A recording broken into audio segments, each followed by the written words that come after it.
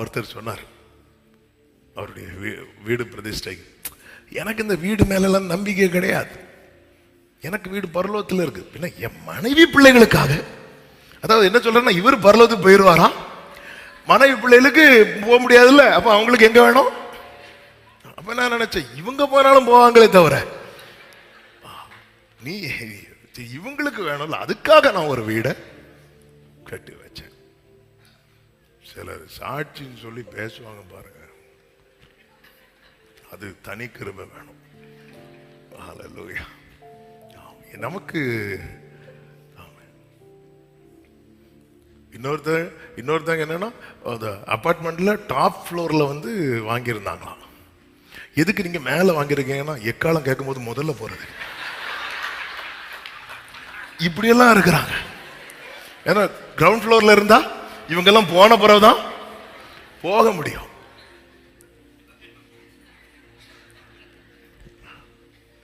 இப்படியா இருப்பாங்க. நான் விலகும் போது என் ஃபேமிலியும் நான் கேர் பண்ணணும், என் தலைமுறையை நான் கேர் பண்ணணும். ஐயோ, இந்த கூட்டத்தில் இருந்தா அவங்க டிஸ்டர்ப் பண்ணி எத்தனை இடத்துல சில சொந்தங்க பேசுற பேச்சு பிள்ளைகளை பாதிக்கப்படும் தெரியுமா? ஆமா, எத்தனை இடத்துல தெரியுமா? அந்த பிள்ளைங்க இருக்கிற கொஞ்சம் அப்படி எதையோ ஃபீட் பண்ணிடுவாங்க. பிரித்தெடுத்து திறன்னு என்னும் ஒருவனுடைய வித்தியாசாலையில அனுதினமும் நீங்க உங்க ஃபெய்த்தை டிஸ்டர்ப் பண்ணக்கூடிய காரியத்தை விட்டு நீங்க விலகிதான் ஆகணும். இன்னைக்கு நமக்குள்ள நல்ல விசுவாசம் இருந்துச்சு ஒரு டைம்ல, ஆனா சில காரியத்தை விட்டு இன்னும் விலகாததுனால நமக்கு பயங்கரமான டிஸ்டர்பன்ஸா இருக்கு. சர்ச்சில் வேர்டு கேட்கும்போது ரொம்ப ஸ்ட்ராங்கா இருக்கிறோம், இன்னொரு இடத்துல போய் 4 பேர் சொல்ற 4 வார்த்தைகளை கேட்கும்போது நமக்கு ஷேக்காக ஆரம்பிக்குது இல்ல. பவுல் அவர் விலகினார் இருக்கு. இயேசுவை பாருங்க, அவரிடத்திலிருந்து கர்த்தருடைய வல்லமை வார்த்தை மூலமா அவருடைய ஞானம் வெளிப்பட்டு கொண்டிருக்கும்போது இயேசு பிறந்ததே மிராக்கிள். அவர் வந்தாலே மிராக்கிள். ஆனா அவர் எப்பதான் ஊழியம் செய்ய ஆரம்பிச்சார் பாத்தீங்களா, ஆவியானவர் வந்ததுக்கு அப்புறம். ஏன்னா ஆண்டவர் வந்து அந்த எவ்வளவு அழகான ஒரு மாடலை நமக்கு காண்பித்து தரார். அப்படி இருந்ததுக்கு அப்புறம் ஜனங்க சொன்ன, இவர் தச்சனுடைய குமாரன் அல்லவா, யாக்கோபு, யூதா, யோசே இவங்கெல்லாம் சகோதரன் அல்லவா, சகோதரிகளும் நம்ம கூட தானே இருக்கிற. இப்படி பேசிட்டு இருக்கும்போது வேதம் சொல்லுங்க, அவர் விலகி போயிட்டார். அங்க நிறைய பிணியாளிகள் இருக்கிறாங்க, அவர் செய்யல அங்க ஒண்ணு, அவர் விலகிட்டார். இயேசு எப்படி ஒரு ரோல் மாடல் நமக்கு செட் பண்ணி வச்சிருக்கிறார். அவருடைய ஃபெய்த்தை, அவருடைய காரியத்தை டிஸ்டர்ப் பண்ற காரியம் அது சொந்த ஊரா இருந்தாலும் அவர் விலகிட்டார். ஏன்னா விசுவாசிக்கிறவன் பதறா. என் ஃபெய்த் டிஸ்டர்ப் ஆகுதுனாலே நான் ஷேக்காக ஆரம்பிச்சுட்டேன்னு அர்த்தம். ஷேக்குன்னு துபாய் ஷேக் இல்ல, நான் ஆட ஆரம்பிச்சுட்டேன்னு அர்த்தம். என் ஃபெய்த் என்ன ஆயிட்டு? டிஸ்டர்ப் ஆயிட்டு. நான் தளர ஆரம்பிச்சுட்டேன்னு அர்த்தம். விலகணும். தாவீது விலகுறான். ஏன்னா அவன் விசுவாசத்துல கை வைக்கிறான். எலியா விலகி. நான் ஏற்கனவே கேட்டதை திரும்ப கேட்க விரும்புறேன். என்ன ராஜா என்ன செய்வார் சொல்லுங்க, அது இது நடக்கும். கேட்க எவ்வளவு நல்லா இருக்கு, எவ்வளவு நல்லா இருக்கு. ஆமா, அங்க நிக்கிறவன் மேல இருந்து கீழே வர ஹெல்மெட்ல இருந்து பூட்ஸ் வேற போட்டுட்டு அப்படி நிற்கும் போது இவன் வந்து மெய்ப்பனுடைய வஸ்திரத்தையும் போட்டுட்டு இடுப்புல ஒரு கயிறையும் கட்டிட்டு என்ன கேட்டுட்டு இருக்கான் தெரியுமா? ஓ, ராஜா மருமகன்னா அடுத்த சேர்ல தானே இருக்கணும், இங்க தானே இருக்கணும், எந்த மகளை கட்டி தரும். இந்த மாதிரி அவருடைய ராஜா அவன் வந்து அந்த நற்செய்தியை கேட்டுட்டு இருக்கிறான். அதுக்காக யாரை கட்டி தர அப்படி இல்லை. அதாவது என்ன வாழ வைக்கக்கூடிய செய்தி, என்னை உயிர்ப்பிக்கிற செய்தி. 5 பாயிண்ட் தெரியாம சொல்லிட்டேன், ஒன்னே கிடந்து சுத்திட்டு இருக்கு. ஆமென். நம்ம எதை கேட்கிறோம்? ஒன் வீக் லாஸ்ட் 1 வீக் எதை கேட்கிறோம்? யூடியூபை தட்ட முடியல, தட்டினா யுத்தம், அது நடக்கும். ஏதாவது ஒண்ணு நடந்தா போதும், சில வந்துடுவாங்க. நான் அன்னைக்கே சொன்னேன், இல்லை அந்த காலத்தில் உரைத்தது வந்துடும். எல்லாம் சுத்தி இதுதான் நடக்கும். எல்லாமே எங்கேயும் திரும்ப முடியல. என்ன செய்யணும்? வார்த்தை கேட்கணும். உங்க ஃபெய்த் டிஸ்டர்ப் ஆகுதா? உங்க விசுவாச ஆட்டம் காணுதா?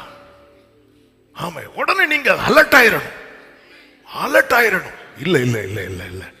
இல்ல ஆட்டம் காணுது, இல்ல இருக்கக்கூடாது. இருக்கக்கூடாது. இப்போ இங்க என்ன மேட்டர்னா, இவன் விசுவாசத்தோட வந்துட்டான்.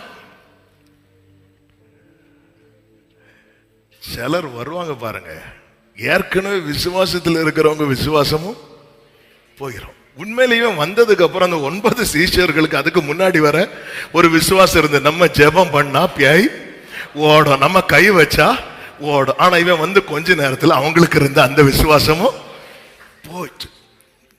ஆமென், ஹல்லேலூயா. அப்படியும் கிருபை பெற்ற சிலர் இருப்பாங்க. அது வரைக்கும் அவங்க அவ்வளவு ஸ்ட்ராங்கா அப்படி இருந்தாங்க. ஆண்டவர் சொல்ற, நாங்க மலைக்கு போயிட்டோம், நீங்க போயிட்டு வாங்கன்றவர், நாங்க பாத்துறோம். 9 பேர் இருக்கிறோம்ல, வெட்றா. ஒரு வாலிபனை கொண்டு வந்து 9 பேர் சேர்ந்து கடைசியில் பார்த்தா அவன் அலைக்கழிச்சானோ இல்லையோ, இவங்க 9 பேரும் நம்மளும். அவர் ஒழுங்கா சொன்னாரு, மலைக்கு வா. பேதுரு வர சொன்னார், அங்க வந்து தூங்கலாம், நீ வா. காலைல 6 மணி கஷ்டம் தான், நம்ம இருந்தாலும் சர்ச்சில் போய் தூங்கலாம், நீ வா, நீ வீட்டில் இருக்காத, பிரச்சனை. ஏன்னா பேதுரு அங்க என்னதான் பண்ணிட்டு இருந்தாரு, தூங்கிட்டு தான் இருந்தா. நீ வா, நீ எதுக்கு அங்க வா, மலையினாலும் கொஞ்சம் நல்லா தான் இருக்கும், வா. அவர் ஒன்றும் சொல்ல மாட்டார், வா. அவர் அப்படியே சொல்லிட்டு விட்டுருவார், நீ வா சொல்லுவார். அவர் காமனா தான் சொல்லுவார். ஆனா சில கண்ணு மட்டும் நம்மளை பார்க்கும்.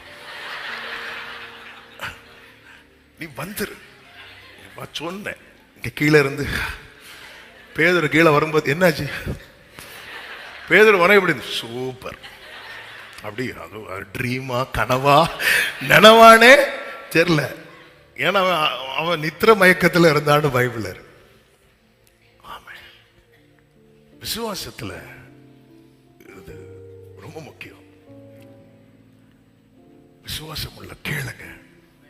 நான் ஒரு வாரம் கேட்கிறேன், நம்ம யாரோடு அதிக நேரம் செலவிடுகிறோம், அவர்களுடைய வார்த்தை நம்முடைய விசுவாசத்தை வர்த்திக்க பண்ணுகிறதா அல்லது விசுவாசத்தை தளர பண்ணுகிறதா?